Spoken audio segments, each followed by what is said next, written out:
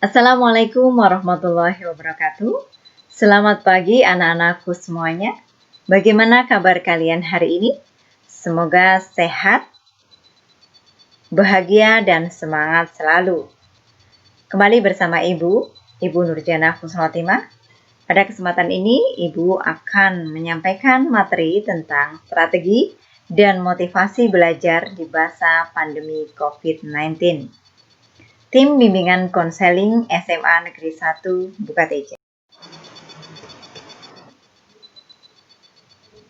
Tujuan, supaya siswa memahami dan menerapkan sikap, perilaku, kebiasaan yang benar dalam belajar di masa pandemi COVID-19, yang selanjutnya dapat membangkitkan semangat belajar.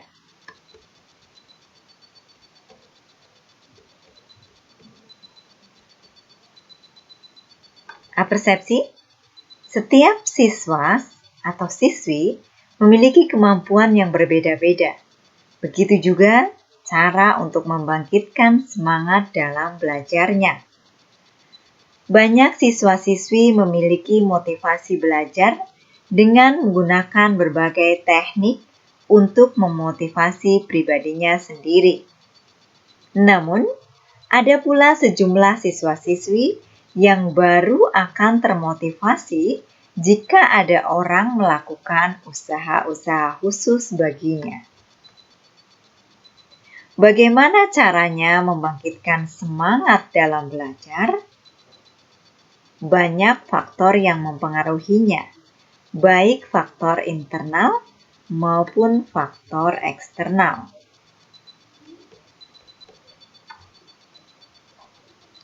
Pengertian dari motivasi belajar. Motivasi sangat diperlukan dalam mencapai tujuan. Juga dapat diketahui bahwa motivasi ada yang berasal dari dalam diri dan ada yang berasal dari luar diri. Motivasi yang berasal dari dalam diri antara lain adanya kemauan yang kuat, usaha yang gigih, niat dan keyakinan yang kuat untuk mencapai apa yang dicita-citakan, disertai doa dan ibadah yang rajin. Sedangkan motivasi yang berasal dari luar diri, misalnya untuk memenuhi harapan orang tua, ingin mendapatkan hadiah, atau yang lainnya. Motivasi belajar adalah keseluruhan daya penggerak baik dari dalam diri maupun luar diri siswa yang menjamin kelangsungan dan memberikan arah pada kegiatan belajar sehingga tujuan belajar akan tercapai. Ciri-ciri siswa yang mempunyai motivasi belajar. Yang pertama adalah tekun. Artinya, tekun itu adalah aspek atau rasa ingin bersungguh-sungguh untuk mencapai sesuatu. Contoh, rajin belajar. Tekun ya, istiqomah, belajar terus, begitu ya. Kemudian yang kedua adalah minat yang tinggi. Minat adalah kecenderungan hati yang tinggi terhadap sesuatu atau rasa senang terhadap sesuatu. Jika mengerjakan hal yang diminati, maka hati pun akan gembira ketika melakukannya.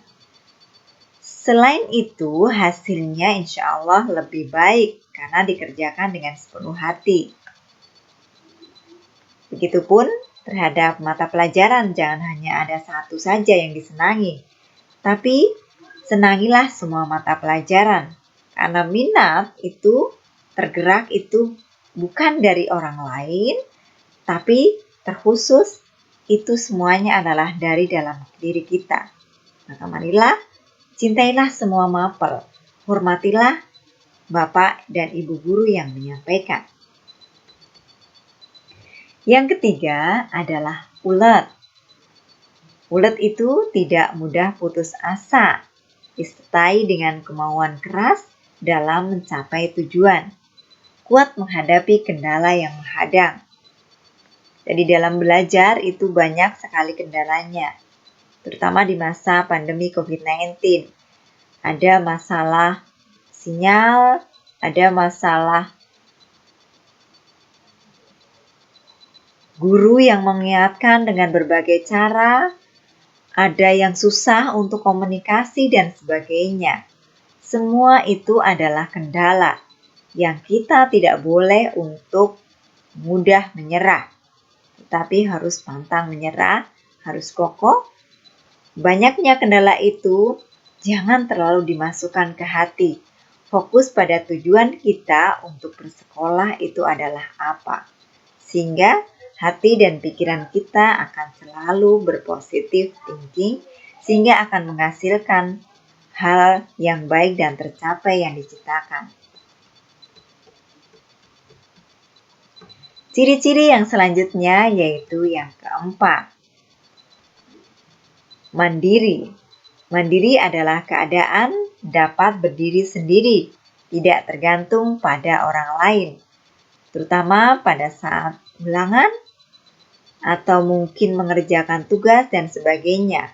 Yakinlah kita sudah belajar, kalian sudah belajar, yakin bisa untuk mengerjakan semua itu. Jangan tergantung kepada orang lain. Jikalau kalian belum memahaminya, kalian bisa bertanya kepada teman atau bapak ibu guru. Yang kelima, bertanggung jawab adalah suatu keadaan di mana wajib menanggung segala sesuatu. Jadi segala yang kita lakukan, segala yang kita sampaikan, itu kita harus berani menanggung resikonya.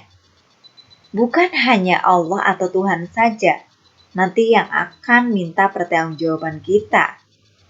Tetapi ada lingkungan, ada bapak ibu guru, ada semua pihak yang terkait dengan kita, itu akan suatu ketika akan memperhatikan gerak-gerik kita, dan jikalau ada yang belum benar atau perlu untuk diluruskan atau dijelaskan, harus berani untuk mempertanggungjawabkan. Jangan lari dari tanggung jawab atas berbagai hal yang sudah dilakukan.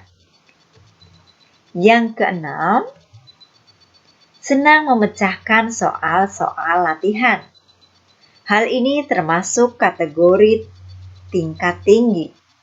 Bukan hanya mencari masalah saja, tetapi juga mencari solusi atas persoalan yang ada. Ini bisa dilatih dengan sering memecahkan soal-soal latihan. Faktor-faktor yang harus diperhatikan dalam meningkatkan motivasi belajar. Yang pertama, setiap usaha belajar perlu ditetapkan niat dan tujuan yang jelas. Yang kedua, merencanakan kegiatan belajar sebaik-baiknya. Yang ketiga, memahami setiap hambatan yang dihadapi dalam belajar. Yang keempat, berdoa untuk keberhasilan. Yang kelima, selalu mawas diri dan mengembangkan kesadaran untuk lebih memahami diri. Semakin dalam pemahaman diri seseorang, semakin besar semangat yang akan muncul. Yang keenam, mau menerima masukan dari orang lain. Yang ketujuh, memahami norma-norma tentang belajar yang baik. Yang kedelapan, mempunyai rencana masa depan. Strategi belajar di masa pandemi COVID-19. Yang pertama adalah manajemen waktu. Menemukan alur belajar yang cocok sesuai dengan kondisi Anda. Mungkin Anda lebih baik memulai belajar jam 8 pagi sampai jam 11. Atau memilih jam sore. Yang kedua, belajar sesuai dengan gaya belajar sendiri. Yang ketiga, memiliki banyak akal. Yang keempat adalah lindungi diri. Ini yang penting di saat sedang pandemi COVID-19 merajalela. Dengan tetap rajin berolahraga, menghindari stres, menjaga pola makan, tetap social distancing. Jika akan bertemu dengan orang lain juga tetap menggunakan masker. Kegiatan atau aktiviti peserta didik. Ini ada sebuah kisah dari Ibnu Hajar. Al-Kisah, ada seorang anak yang malas banget belajar.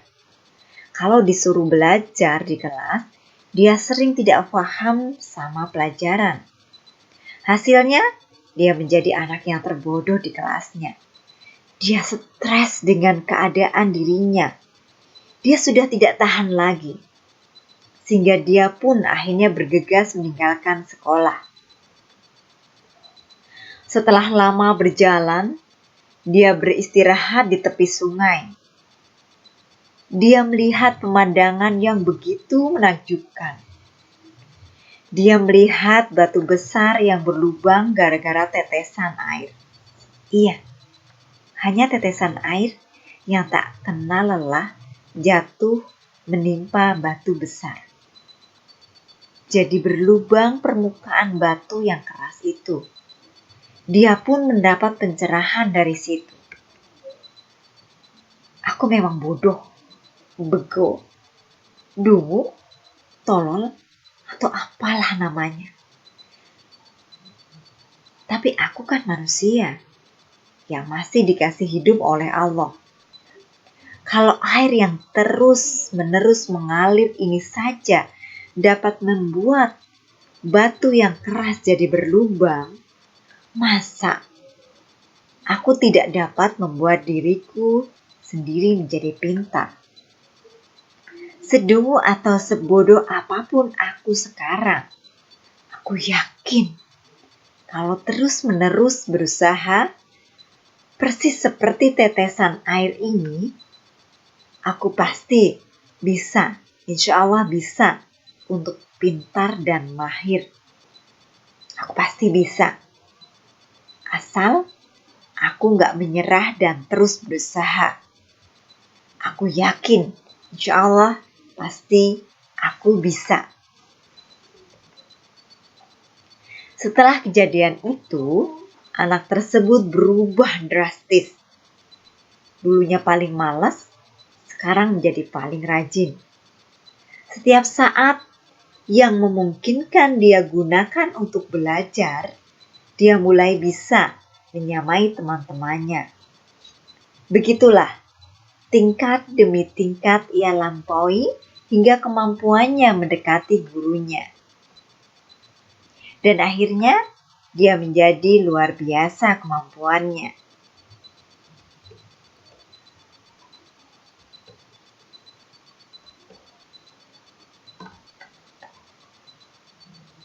Demikian berbagai hal kaitannya dengan strategi dan motivasi belajar di masa pandemi.